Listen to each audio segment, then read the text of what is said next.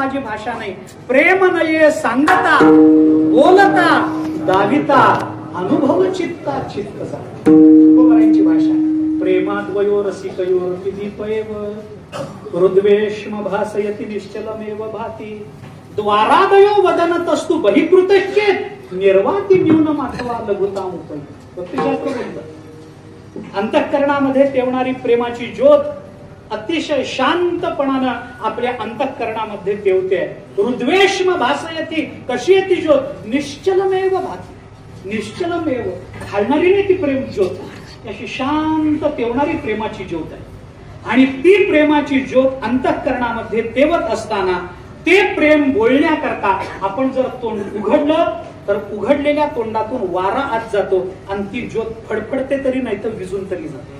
म्हणून जिथं खरी ज्योत प्रेमाची आहे तिथं तोंड उघडायचं नसतं. प्रेम नये सांगता बोलता दाविता अनुभव चित्ता चित्त. हा चित्ताचा अनुभव तो चित्तानेच घेतला पाहिजे. त्यामुळे तिथं बोलणं शक्य जर होत नसेल तर विसरला तुका बोलो चालो झाला मुका. आता हे मुकेपण कसं आहे? प्रेमातून आले. हे मुकेपण म्हणजे मुका झालो वाचा गेली नाहीये. तुकोबाराय म्हणतात हा परिणाम माझ्या जीवनावर आहे. आतापर्यंत माझं जीवन असं झालं देवा, मी बोललोय खूप, चाललोय खूप, खूप साधना केली, तीर्थयात्रेला गेलो, इकडे गेलो तिकडे गेलो, सगळीकडे फिरलो, ज्या ज्या साधना करायच्या होत्या त्या त्या साधना केल्या, पण एवढ्या साधना करूनही तुम्ही प्राप्त झाला नाहीत. म्हणून शेवटी भक्ती केली.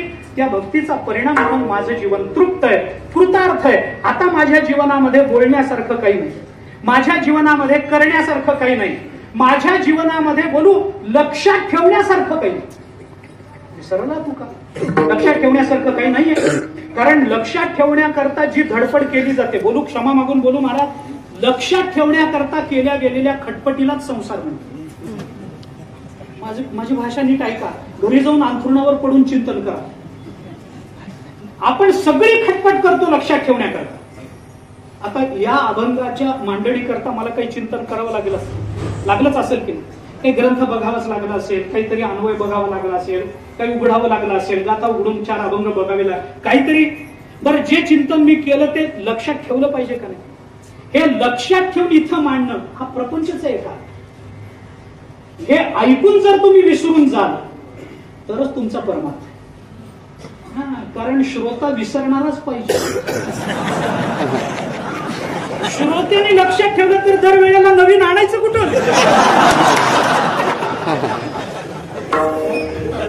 म्हणून विसरणारा श्रोता, चौथा प्रकार विसराचा. अरे श्रोत्याने लक्षात ठेवलंय मला, लक्षात ठेवले. तुम्ही विसरता म्हणून आमचं बरं चाललंय. तुम्ही लक्षात, मला ते कोणी टिपून घ्यायला लागलं की भीतीच वाटते. पुढच्या वेळेला तो मिटूनच ठेवतो. सांगितलंय तेव्हा महाराज, काही काही श्रोत्यांना तर आमची पुढची वाक्य पाठ आहे, प्रमाण पाठ आहे. बोलो प्रमाणाच्या चाली पाठ, कारण तेवढंच येतं ना, त्याच्यामुळे तेवढं पाठवून जातं. हे सगळं माहितीये. श्रोते जाऊ द्या, हा विनोद सोडून द्या. पण आपण ज्या ज्या साधना केल्या त्या विसरता आल्या पाहिजेत. विसरता आल्या पाहिजेत. त्या विसरल्या तरच पुढे चालू आहे, तरच परमार्थाची परिपूर्णता.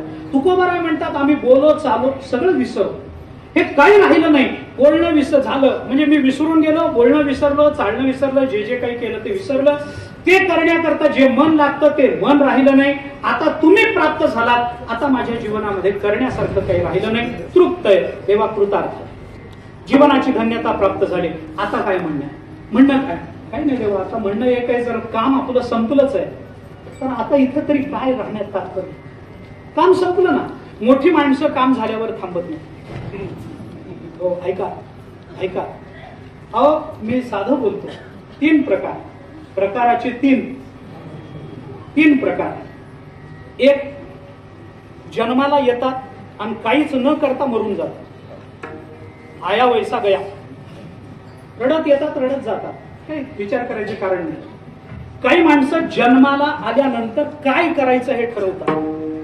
आणि काही माणसं हा शब्द आपल्याला लक्षात येण्याकरता, आणि काही जण असे, ऐका पुन्हा सांगतो, काही जण जन्माला येतात तसेच मरून जातात. काही जण जन्माला येतात आणि आल्यानंतर काय करायचं ते ठरवतात. आणि काही जण काय करायचं हे ठरवूनच जन्माला येतात. 3 प्रकार. सामान्य कोणी किडा मुंगी नाही तरी काय थोडी, श्वान सुकरे बापुडी, ऊस नाही पायचारी मनुष्य परी कुत्रीती, जन्माला येतात मरून जातात. काही लोक जन्माला येऊन नाही आपल्याला जीवनाची धन्यता प्राप्त करून घ्यायची, वारी केली पाहिजे, तुळशीची माळ घातली पाहिजे, एकादशीचं व्रत केलं पाहिजे, आळंदी पंढरपूर केलं पाहिजे, देऊला जाऊन मस्तक टेकवलं पाहिजे, हे केलं पाहिजे, ते केलं पाहिजे, यात्रा केली पाहिजे, प्रपंच केला पाहिजे, मुलाबाळांचं संरक्षण केलं पाहिजे, कुटुंब सांभाळलं पाहिजे, पैसा कमवला पाहिजे, काही असेल प्रापंचिक पारमार्थिक जे काही असेल, पण काही ठरवतात. आणि काहीच मंडळी अशी असतात ती ठरवण्यात जन्माला येतात की आम्हाला काय करायचं. जे आल्यानंतर ठरवतात त्यांना काम झाल्यानंतरही थांबावं लागतं. अहो कलेक्टर असतो की नाही, कलेक्टर जिल्ह्याचं एक उदाहरण म्हणून सांगतो. आता आपण एखाद्या जिल्ह्याच्या ठिकाणी किंवा एखाद्या माणसाची बदली झाल्यानंतर तिथं जातो का, इथं राहायला कुठं घर मिळेल का मला, एखाद्या गावाला गेल्यानंतर नोकरी केली असेल, मला एखादी नोकरी मिळेल का गावामध्ये, इथं काही कपडे धुणारे, भांडे घासणारे वगैरे कोणी मोलकरण मिळते का, इथं एखादं चांगलं घर मिळेल का, इथं काही चांगले लोक आहेत का, इथं आम्हाला काही गप्पा टप्पा करायला मित्र मिळतील का, शोधाशोध चालू असते, चौकशी चालू असते. घर मिळेल का, पैसा मिळेल का, नोकरी मिळेल का, हे मिळेल का, ते मिळेल का, चौकशी करायची. पण एखाद्या जिल्ह्याचा कलेक्टर जेव्हा एका जिल्ह्यातून दुसऱ्या जिल्ह्यात बदलून जातो तेव्हा तिथे गेल्यानंतर तो विचारतो का हो मला इथं घर मिळेल का, काही मला इथं नोकरी मिळेल का, इथं मला काही नोकर चाकर मिळतील का, इथं गाडी चालवायला एखादा ड्रायव्हर मिळेल का. नाही ना महाराज, ते सगळं त्याचं ठरलेलं असतं. त्यानं कुठं राहायचं, काय काम करायचं, ते सगळं सरकारी आहे. गेले तर उचलणारे सरकारी असतात. इतकं त्यांचं सगळं ठरलेलं असतं, इतकं ठरलेलं. त्यांना कशाचीच ददात नसते. काही नाही, मला नोकरी मिळेल का, अरे तयार आहे. मला काही घर मिळेल का, तयार आहे. मला हाताखाली नोकर चाकर शिपाई मिळेल का, तयार आहे.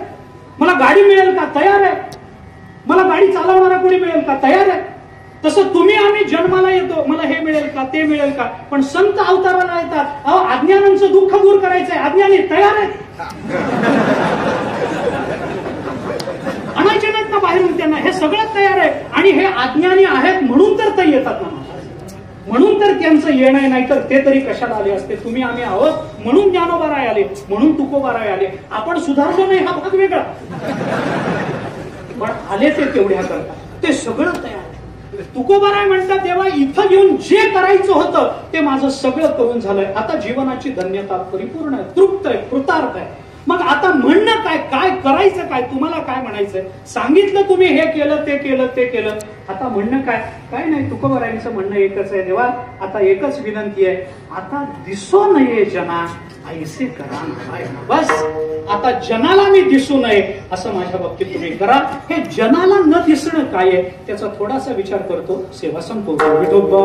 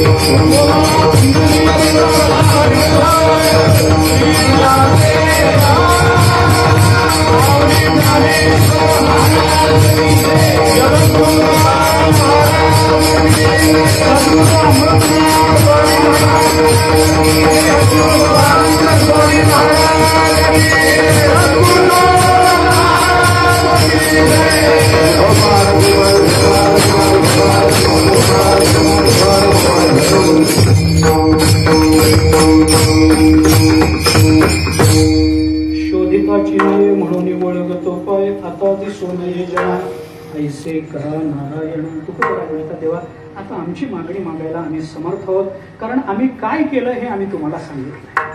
आमचं मन शांत झालंय, आमचं बोलणं चालणं राहिलंय, आम्ही आमचा सगळा प्रपंच विसरून गेलोय.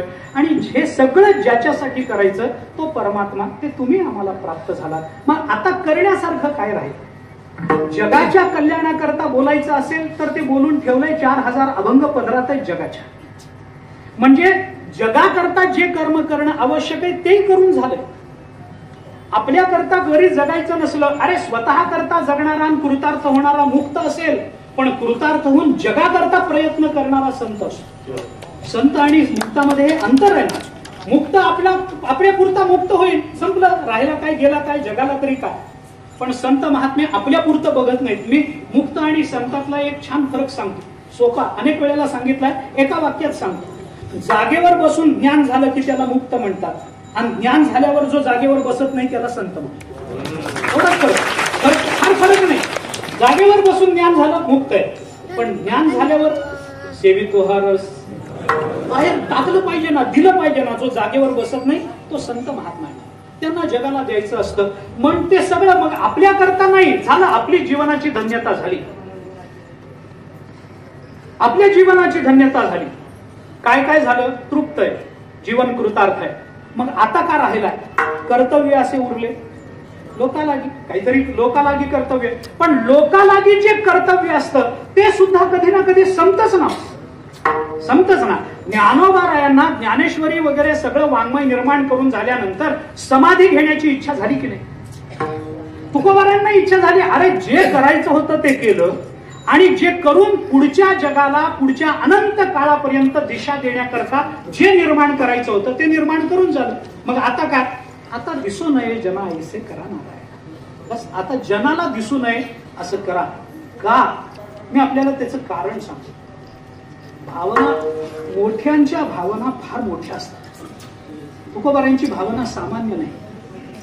जगाचं कल्याण आणि स्वचं महत्व याच्यामध्ये संतांनी नेहमी जगाच्या कल्याणाला महत्व दिलंय, स्वतःला कधीही महत्व दिलं नाही. तुकोबाराय असं म्हणत नाहीत की मला लक्षात ठेवा. तुकोबाराय असं म्हणतात की मला विसरा हरकत नाही, पण माझं वाङ्मय लक्षात ठेवा, माझा अभंग लक्षात ठेवा. आता त्या अभंगामध्ये तुकोबाराय येतातच, त्याच्यामुळे ते लक्षात राहतात, हा भाग वेगळा. पण तुकोबारायांनी आपल्या या वाङ्मयापुढे, या तत्वज्ञानापुढे, या विचारापुढे स्वला कधीही महत्व दिलं नाही. मी मोठा म्हणून माझं वाङ्मय मोठं नाही, तुकोबाराय हे कधीही म्हणत नाही. तुकोबारायांचं चिंतन फार वेगळं. तुकोबाराय म्हणतात आता आता काय करणं, काय अपेक्षित आहे? जनाला दिसू नये असं करा. का?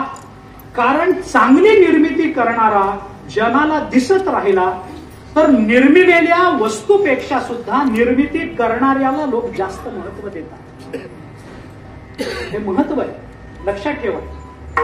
मी आपल्याला बोलू, माझं बोलणं कदाचित आपल्याला गैर वाटेल, पण एका विशिष्ट भूमिकेवरून आपण याचं चिंतन करा. भगवंतानी गीता निर्माण केली, भगवंताच्या मुखातून प्रकट झाली. मुखपद्मात विनिश्रिता, महाभारताने त्याचं चिंतन करताना या स्वयंपद्मनाभस्य मुखपद्मात विनिश्रिता असं म्हटलं. भगवंताच्या मुखातून प्रकट झाली, मुख कमलातून प्रकट झाली, महाभारताच्या भाषेत झालं. आता झालं, अर्जुन पूर्ण ब्रह्म झाला, पार्थ झाला, ठीक आहे, सगळं झालं. झाल्यानंतर एके दिवशी अर्जुनाने भगवंताला विनंती केली. खूप पुढे गेल्यानंतर एके दिवशी भगवान पांडवांना भेटायला आले. महाभारतातला प्रसंग आहे. अर्जुनाला भगवंताला अर्जुनाने विनंती केली. अर्जुन म्हणाले, देवा एक विनंती, बोला, तुमचे प्रश्न सोडवण्यातच आयुष्य गेलंय माझं, बोला आता काय? काय नाही, एक प्रार्थना अशी आहे की तुम्ही मला गीता सांगितली, मला ज्ञान झालं, बरं, मग आता म्हणणं काय? काही नाही, त्या वेळेला कुरुक्षेत्र होतं, प्रसंग युद्धाचा होता, माझ्याही मागे डोक्यात विचारांचे गोंधळ होते, तुम्हालाही मागे व्याप होते, हातामध्ये रथाची सूत्र होती, वातावरण युद्धाचं होतं, कौटुंबिक कलह असल्यामुळे मनोभूमिका फार वेगळ्या होत्या. बर, मग म्हणणं काय? काही नाही देवा, आता म्हणणं एवढं, अर्जुन म्हणतो, आता म्हणणं एवढंच आहे देवा, आता मी जरा निवांत आहे, तुम्ही तर आधीपासूनच निवांत आहे, तुम्ही निवांत आहे. मग पुन्हा एकदा गीता सांगता काय?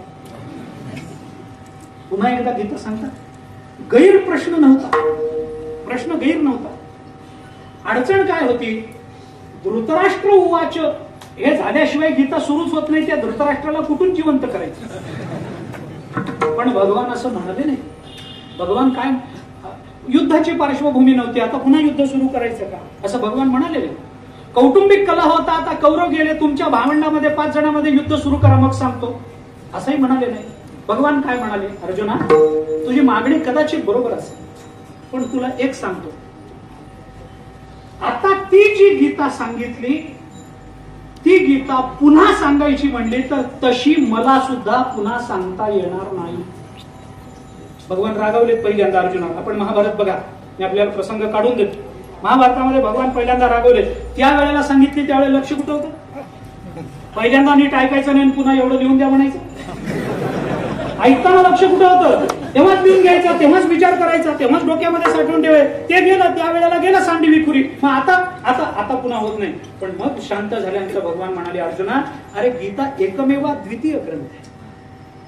आता पुन्हा गीता होणे नाही, आता पुन्हा तुकोबाराय होणे नाही, आता पुन्हा ज्ञानोबाराय होणे नाही, आता पुन्हा शिवाजी महाराज होणे नाही, आता पुन्हा गोरोबा काका होणे नाही, आता पुन्हा जनाबाई चोखोबाराय होणे नाही. महाराज एकदा देवाला बोलू, एक वाक्य क्षमा मागून बोलतो, देवाला सुद्धा पुन्हा चोखोबाराय व्हायचं म्हटलं तर देवालाही तसे चोखोबाराय होता येणार, भले देव असे. भगवान म्हणाले, अर्जुना तशी गीता आता पुन्हा नाही. मी तुला सांगतो, तू गीता लक्षात ठेव, मला विसरलास तरी चालेल. मला हेच सूत्र सांगायचं. महाभारतामध्ये भगवान म्हणाले, मला विसर हरकत नाही, पण गीता लक्षात ठेव. तुकोबाराय त्याच भूमिकेत आहे. तुकोबाराय म्हणाले, देवा माझं काहीच म्हणणं नाही, आता मी जनाला दिसू नये असं करा. म्हणजे काय करा? जनाला आता दिसू नये जना, याचा नेमका अर्थ काय करायचा? सरळ आहे.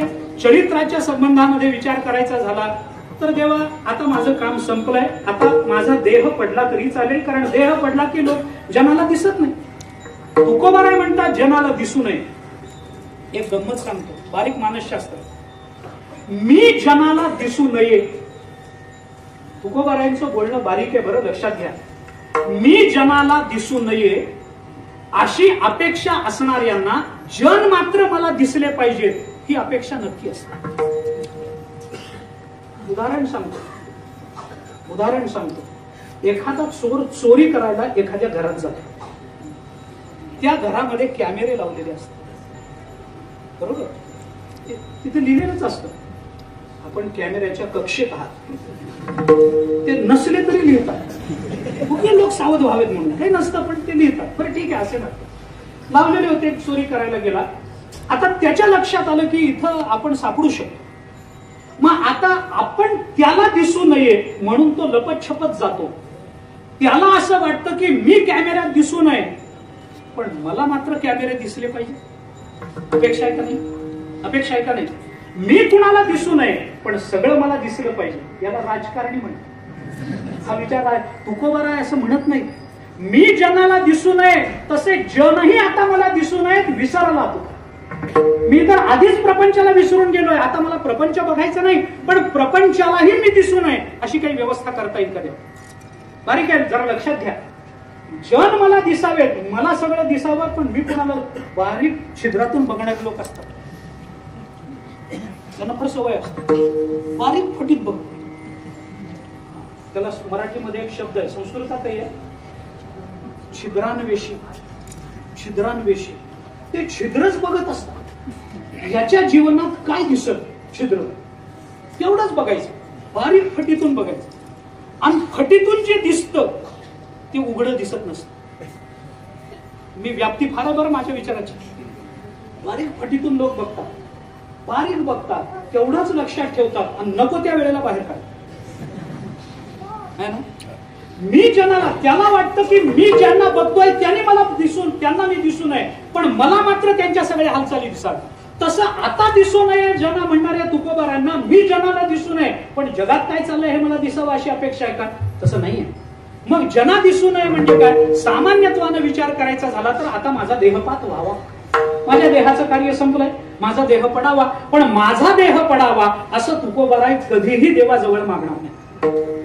कारण देहाचं मरण मागणारा, तुकोबाराय म्हणतात तो काही शहाणा नाही. मरण मागेतो गाढवाचा बाळ, तुकोबारायांची भाषा आहे. अरे मरण मागणारा गाढवाचा बाळ आहे, मरण मागणारा काय शहाणा आहे काय? मी मरावं असं कुणाला वाटतं? जगस्प्रहे आस्पद एक सार्वभौम पद न मरणे निर्विवाद जगापुढे. ज्ञानोबारायांची भाषा. ज्ञानोबा न मरणे निर्विवाद, अरे निर्विवाद शब्द वापरला. कुणालाही असं वाटत नाही मी मरावं म्हणून. एक वाक्य बोलतो, ज्याची जगाला अपेक्षा असते, जे सगळ्यांना पाहिजे असतं ते मागणं चुकीचं नसतं. मरण कुणालाही नको, मी मरावं असं तुकोबारायांचं म्हणणंच नाही, म्हणूही नाही, मान्य. मग दिसू नये जना म्हणण्याचं कारण काय? दुसरं कुणी कारण असं सांगू शकेल त्या संबंधामध्ये की मी जनाला दिसू नये याचा अर्थ मला तुम्ही अदृश्य करून टाका, मला तुम्ही अदृश्य करा, मला नाही जनाला दिसायचं नाही. मग मी जर मला चला तुकोबारायांच्या चरित्राच्या संबंधानं बोलायचं झालं तर वैकुंठाला घेऊन चला, सरळ. आता दिसू नये जना ऐसे करा नारायणा म्हणजे करू काय? काही नाही, तुमच्या बरोबर वैकुंठाला घेऊन चला, वैकुंठाला घेऊन चला हे तुकोबाराय बोलू शकतात. एक अर्थ करता येईल, कारण माझं इथलं काम झालंय, मग वैकुंठाला काय जायचंय? तिथूनच आलो म्हणून तिथं जायचंय. आम्ही वैकुंठवासी आलो याची कारण अशी बोलिले जे ऋषी साच भावे वर्ताया, झाडू संतांचे मार्ग आड राणी भरले जग, उच्चिष्टाचा भाग शशी उरला तो शिव. झालं ना हे सगळं करून, झालं ना. मग आता काय? आता मी इथं आलो, पंढरपूरहून आलो, कीर्तन केलं, माऊलींचं दर्शन घेतलं, तुमच्या सगळ्यांचं दर्शन झालं, आता काम झालं ना माझं. आता मी इथून कुठं जाईन? पंढरपूरला. माझ्या घरी जाईन की नाही? म्हणजे पुढचा कार्यक्रम नाहीच आहे मला, घरी जाईन. मी घरून आलो तर घरी जाईन. तुकोबाराय आम्ही वैकुंठवासी, वैकुंठातून आले आणि मग कुठं जातील? वैकुंठात परत जातील. काम झालं, वैकुंठात परत जातील. वैकुंठात परत जाण्याकरता तुकोबाराय म्हणतात एवढं करावं लागेल. ठीक आहे, एक अर्थ करता येईल. अजून एक अर्थ आपल्याला तत्वज्ञानाच्या अनुषंगाने करता येईल. मी दिसू नये याचा अर्थ काय? एक विचार फक्त सांगतो आणि थांबतो. अर्थ असा आहे, आम्ही लोकांना दिसतो आणि लोक आम्हाला ओळखतात, बघतात. याची दोन कारण, ऐका, याची दोन कारण, सरळ दोन कारण सांगतो. मनुष्य लोकांना, एखादा मनुष्य, मी तुम्हाला दिसतो. का दिसतो? कारण तुम्ही मला बघायला आलात म्हणून, कीर्तन ऐकायला आला, बघायला आला म्हणून मी तुम्हाला दिसतो. म्हणजे माझं नाम आणि माझं रूप हे माझ्या दृश्य स्वरूपाचं एक निमित्त आहे, एक कारण. नामरूप हे कारण आहे. तुकाराम महाराजांना आपण जनाला दिसू नये हे म्हणण्याचं कारणच इतकं आहे की आम्हाला बाकी काही नकोय, आमची नामरूप विसर्जित व्हावीत एवढीच अपेक्षा. तुका म्हणे नामरूप नाही आम्हा, वेगळा त्या कर्मा अकर्मासी. तुका म्हणे नामरूप नाही आम्हाला नामरूप नाही, अनामरूप विसर्जित. अरे कशी होणार? नामरूप विसर्जित झाली पाहिजेत. कारण आपल्या जीवनामध्ये, एक वाक्य बोलतो, आपल्या जीवनामध्ये विसर्जित होण्यासारख्या एवढ्या दोनच गोष्टी आहेत, आपलं नाम आणि आपलं रूप. बाकी तुम्ही काय विसर्जित कराल सांगा? नाम आणि रूप सोडून विसर्जित काय कराल? आत्मा विसर्जित होऊ शकत नाही, कारण एकही व्यापक आहे, कसा विसर्जित होणार? मग विसर्जित करण्यासारख्या एवढ्या दोन गोष्टी का? कारण नाम आणि रूप हे मायेपासून निर्माण होतात. रूपाला जन्म देणारी कोण? माया. नामाला जन्म देणारी कोण? माया. अस्ति भाती प्रियम रूपम नामचेत्यंश पंचकम आद्यत्रयो ब्रह्मरूपम माया रूपो तत्वद्वय. वेदांताचा नियम. अस्ति भाती प्रिय नाम आणि रूप असे 5 अंश जगतातल्या प्रत्येक पदार्थामध्ये असतात. माझ्या समोर ही वस्तू आहे, याला एक नाम आहे, याला एक रूप आहे, याला अस्तित्व आहे, याला प्रियत्व आहे, याला भातित्व आहे, हे सगळं याच्या ठिकाणी. आता वेदांताचं म्हणणं असं आहे, अस्ति भाती प्रियम रूपम नामचेत.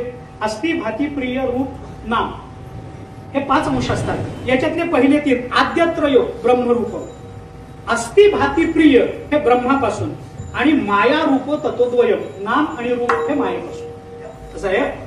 आता अनुभवामृताचा विचार आहे, लांब प्रकरण, लांबवलं तेवढं.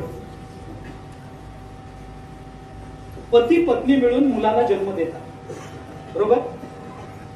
जन्माला आलेल्या मुलामध्ये आईचेही काही गुण येतात, बापाचेही काही गुण येतात. चांगले वाईटाचा मुद्दा नाही, पण आईचे काही येतात, बापाचे काही येतात. येतात का नाही? हा, मग तसं म्हणा ना, येतात. माणसं काय म्हणतात, काही बघितलं बापावर गेलं, माणसं आईवर गेलं, चेहरा आईसारखा निवड. जन्मल्याबरोबर सांगतात बायका आईवर गेला. अरे कुणालाच कळत नाही ते कशावर गेलेलं आहे त्या, पण त्या बायका सांगतात आईवर गेला, बापावर गेला, भावावर गेला, आत्यावर गेला. म्हणजे जो माझ्यावर गेला एवढंच सांगत असतात, एवढंच असतं. ओळखतात, सांगतात. कुठले तरी काहीतरी रूप, कुणाकडून तरी काहीतरी गुण येणारच. आईकडून काही गुण येणार, बापाकडून काही गुण येणार, खोटं बोलणं बापाकडून येत असलं तर आगाऊ बोलणं आईकडून येत असतं. काही ना काहीतरी येईलच की नाही, काही ना काहीतरी येईलच. डोळे बापाचे घेतले तर नाकाईचं घेतो, आहेच की नाही काहीतरी. तसं हे जग ब्रह्म आणि माया याच्यापासून निर्माण. या जगताच्या ठिकाणी 5 अंश आहेत. अस्थि, भाती, प्रिय, नाम आणि रूप. याच्यातलं अस्थि, भाती आणि प्रियत्व हे बापाकडून आलेलं आहे आणि नाम आणि रूप हे मायेकडून म्हणजे आईकडून झालं. आता हे नाम आणि रूप ब्रह्माकडून आलेलं जे असतं त्याचं विसर्जन होऊच शकत नाही. अस्थीचं विसर्जन कसं कराल? परमात्मा स्वरूपाचं अस्तित्व हे बाधित कसं होईल? परमात्मा स्वरूपाचं प्रियत्व बाधित कसं होईल? परमात्मा स्वरूपाचं भातित्व बाधित कसं होईल? अरे भातित्व बाधित झालं तर ज्ञानाला अनित्य मानावं लागणार नाही का? ज्ञानाची नित्यता जो वेदांत स्वीकारतो तो वेदांत भातित्वाला हे कसं बाधित मानेल, बाधक मानेल? मानणार नाही. म्हणजे अस्तित्वाला जर आपण बाधित होणारं मानू तर मग या जगतामध्ये नित्यत्वाचा प्रश्न निर्माण होईल. ज्ञानाला आपण अनित्य मानू शकत नाही. बरं, प्रियत्व तर स्वभावजन्य. ज्ञानोबा बोलतात, तेथ प्रियाची परमसीमा तो भेटे माऊली आत्मा तया खेवी आटे दिंडीमा सांसारिक. ज्ञानोबारांची भाषा. या जगतामध्ये सगळ्यात प्रियत्व कशाबद्दल आहे? आत्मस्वरूपाबद्दल. इयम आत्मा परानंद परप्रेमास्पदम यतः मानभुवम हि भूयासम इति प्रेमात्म निक्षते. पंचदशी बोलतो आहे ना. इयम आत्मा परा. आता आम्हाला सगळ्यात परम प्रेमास्पद काय आहे? आत्मा. प्रियाची परमसीमा तो भेटे माऊली आत्मा. मग विसर्जित होण्यासारखं अस्थिभाती प्रियत्व नसेल तर विसर्जित होण्यासारखं काय राहिलं? नाम आणि रूप. म्हणून तुकोबाराय बोलतात, मी जगाला दिसू नये याचा अर्थ मला इथून घेऊन जा असं नाही. त्याचं उत्तर बोलतो पुढं, असं नाही. मग माझं फक्त नामरूप गुप्त करून टाका, लोप करून टाका. मला जास्तीची काही अपेक्षा का असं म्हणणं आहे त्याचं कारण मी आपल्याला सांगतो. मांडुक्य उपनिषदामध्ये याचा विचार करताना एक फार गोड दृष्टांत कसा आहे ऐका. यथा स्यंदमाना नद्या किंवा नद्या स्यंदमान म्हणजे प्रवाहित असणाऱ्या ज्या नद्या असतात त्या समुद्रम अस्तम गच्छन्ति नामरूपे विहाय. त्या काय करतात? प्रवाहित असणाऱ्या नद्या कुठं ना कुठं तरी समुद्राला मिळतात. समुद्र समुद्रामध्ये जाऊन अस्तलोप त्यांचा लोप होतो. आणि लोप होतो म्हणजे काय होतो? पाणी वाया जातं का? मग काय होतो? फक्त गंगा समुद्राला मिळाली की तिचं गंगा हे नाव गेलं. आपण गंगा आणि समुद्राचा संगम बघतो. जा तुम्ही त्या गंगासागर समुद्र, तुका म्हणे गंगा सागर संगमी अवघ्या झाल्या उर्मी एकमय. उर्मी एकमय झाल्या म्हणजेच नामरूप हरपलं. आता समुद्राला मिळेपर्यंत ती गंगा आहे. समुद्राला मिळेपर्यंत तिला 2 तट आहे. समुद्राला मिळेपर्यंत तिला एक प्रवाह आहे. समुद्राला मिळेपर्यंत तिचा उपयोग आहे. कपडे धुण्याकरता, पाणी पिण्याकरता, फेडीत पापता पोखीत तिरीचे पाद समुद्रा जाय आप गंगेचे जैसे एक उपयोग आहे. एकदा ती समुद्राला मिळाली काय झालं? नामरूपे विहाय झालं. तिचं नामरूप संपलं, तिची उपयुक्तता संपली. आता ते पाणी घेऊन कपडे धुता येत नाही. आता त्या पाण्याने तहान शमवायची, समुद्राच्या पाण्याने शमवता येत नाही. आता त्या पाण्याला 2 तटामध्ये ठेवता येत नाही. आता त्या पाण्याला प्रवाहित समजता येत नाही. आता त्या पाण्याचं नामरूप पाणीच आहे पण नामरूप हरतं. समुद्रे अस्तम गच्छन्ति झालं, समुद्रामध्ये गेलं पण नामरूपे विहाय, नामरूप गेलं. उपनिषद म्हणतं तथा विद्वान नामरूपात विमुक्तः. त्याच पद्धतीनं विद्वान सुद्धा नामरूपात विमुक्तः कसा होतो? परात् परम पुरुषमुपैति दिव्यम. पण तो परात्पर अशा पुरुषाला एकरूप होतो. तो राहतो तिथंच पण नामरूप त्याचं लोप पावल्यामुळे तो जगाला ओळखता येत नाही. तुकोबाराय म्हणतात, देवा आता माझं म्हणणं एवढंच आहे, आता दिसू नये जनाला दिसू नये. याचा अर्थ तुकोबाराय करतात मला कुठंच यायचं नाही. तुकोबाराय इथंच आहे. तुकोबाराय आपल्यातच आहे. तुकोबाराय देहूतच आहे. तुकोबाराय महाराष्ट्रातच आहे. पण तुकोबारायांचं नाम आणि रूप आपल्याला माहिती नाही, कळत नाही. म्हणून आपल्याला तुकोबाराय ओळखू येत नाही. सांगू आपल्याला, सरळ बोलू, घराघरात तुकोबाराय.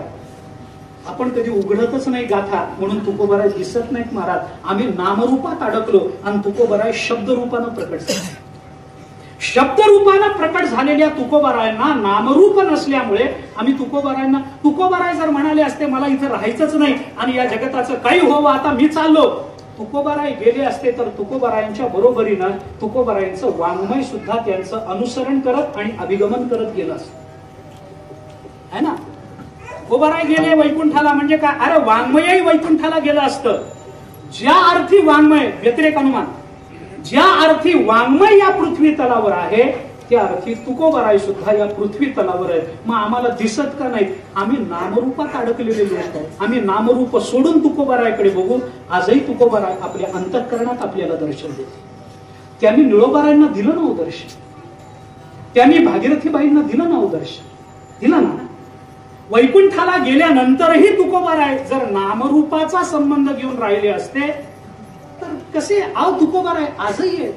फक्त तथा विद्वान नामरूपात विमुक्त, ते नामरूपातून बाजूला होतात आणि कुठे जातात, परात परम पुरुषम उपैती दिव्यम, परात परम पुरुषम दिव्यम पुरुषम उपैती, दिव्य पुरुषाला प्राप्त होतात. तुकोबाराय म्हणतात देवा आता मी जनाला दिसू नये याचा अर्थ मला तुमच्या स्वरूपामध्ये आपण एकरूप करून घ्या. आता तुकोबाराय बघायचे का, मी एक वाक्य बोललो, गाथ्याकडे बघा तुकोबाराय दिसते. आपल्याला समुद्राला प्राप्त झालेली गंगा बघायची आहे का, काय करावं लागेल, समुद्राकडे बघा ना. गंगेच्या बुद्धीनं समुद्राकडे बघा, गंगा दिसेल. तसं आता तुकोबारायांना बघायचंय. तुकोबाराय तर समुद्राला म्हणजे परमात्मा स्वरूपाला प्राप्त झाले. मग आता तुकोबारायांना बघायचंय ना, काय म्हणून बघावं, तुकोबारायांच्या बुद्धीनं पांडुरंगाकडे बघा ना. तुकोबारायच आहे जे तुकोबाराय मांडी घालून विणा घेऊन बसलेले आम्हाला माहिती आहे, तेच तुकोबाराय जर पंढरपूरला गेलात तर विटेवर उभे असलेले आणि कमरेवर हात ठेवलेले आपल्याला दिसतील. फक्त आमची बुद्धी तुकाराम महाराजांना युक्त झाली पाहिजे. तुकोबाराय म्हणतात त्या नामरूपात मला विशिष्ट नामरूपात आता ठेवू नका देवा, याचा अर्थ मला व्यापक करा. व्यापक करा म्हणजे किती व्यापक करा, अनोरणीय थोकडा तुका आकाशा एवढा. आकाशाला रंग आहे, आकाशाला रूप आहे, आकाशाला नाम आहे, याच्यापैकी काहीही नसतं. कारण आकाशाचा निळा रंग हा भ्रम आहे असं ज्ञानोबारायांनी सांगितलं. 15वा अध्याय काढा, वांझेची या लेखा कैची जन्मपत्रिका नभी निळी भूमिका के कल्पुपा. ज्ञानोबाराय म्हणतात अरे निळा रंग हे अरूपत्वाचं दर्शक असतं. अरूपम ही वस्तू नीलरूपेण अवभासते असा वेदांताचा नियम आहे. आणि त्याच अर्थानं तुकोबाराय म्हणतात आता दिसो नये जना ऐसे करा नारायणा. कारण का, तुकोबारायांनी जे मिळवलं ते नष्ट होणार नाही, तुकोबारायांनी जे केलं ते निवृत्त होणार नाही. म्हणून संतांचा हा स्वभाव असतो, संतांचं हे स्वरूप असतं की ते नित्य असतात, शाश्वत असतात. फक्त नामरूपाने युक्त होऊन तुम्हाला आम्हाला ते दिसत नसतात, पण त्यांचं अस्तित्व या ना त्या रूपानं आपल्याला जाणवलं पाहिजे. याच्याकरता आपली भावना, आपली साधन संपदा तेवढी बळकट आणि तीव्र अशी असली पाहिजे, असं एकूण तुकोबारायांचं या अभंगातलं चिंतन आहे. अमृतात स्वामी महाराजांचा विचार जर आपण केला तर ज्यांच्या नावातच अमृत आहे ते गेले असं कसं म्हणतात, अमृतत्व आहे. अमृत हा शब्द कोणत्या अर्थाने चालतो, अमृत हा शब्द कोणत्या, अरे जो मरतो त्याला अमृत थोडंच म्हणतात, जे निर्माण होतं त्याला अमृत थोडंच म्हणतात, अमृत थोडंच म्हणतात. जे कार्य रूपाला येतं ना ते नामरूपात्मक भूमिकेतून डोळ्याला दिसतं.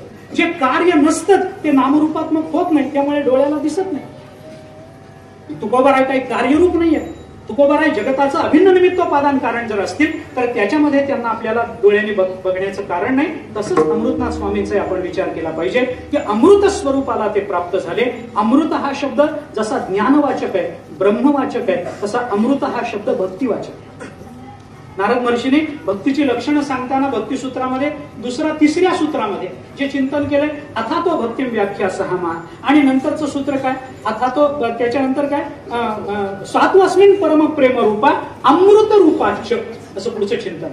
अमृत रूप, भक्ती कशी आहे, अमृत रूप आहे. ज्ञान कसं आहे, अमृत रूप आहे. म्हणून अमृतनाथ स्वामी महाराज कसे ज्ञान आणि भक्ती युक्त असे ते आहेत. ज्ञान आणि भक्तीचा मनोज्ञ संगम अमृतनाथ स्वामी महाराजांच्या जीवनचरित्रामध्ये आणि पुढे त्यांच्या परंपरेमध्ये आपल्याला पाहायला सापडतो. त्या दोन्ही अंगाने आपण जर विचार केला तर आज ते फक्त नामरूपाने आपल्याला दिसत नाही, पण आजही त्यांच्या कृपेच्या रूपानं ते आपल्या परिवारावर अखंड कृपा करत राहतात. ते आजही आपल्या जीवनामध्ये जे चांगलं घडतं ते त्यांच्या कृपेनं, संतांच्या कृपेनं घडतं असं मानून आपण त्या दृष्टीने विश्वास ठेवून पुढे चाललं पाहिजे. तसं चालण्याची सद्बुद्धी, सामर्थ्य संतांनी त्यांच्या कृपेने आम्हाला द्यावं, त्यांच्या वाङ्मयाने आम्हाला द्यावं, याच्यासाठी त्यांच्या चरणी प्रार्थना करू. झालेली सेवा अमृतनाथ स्वामी महाराजांच्या, ज्ञानोबा राय तुकोबा यांच्या चरणी समर्पित करू. वाणीला विराम देऊ. ज्ञानेश्वर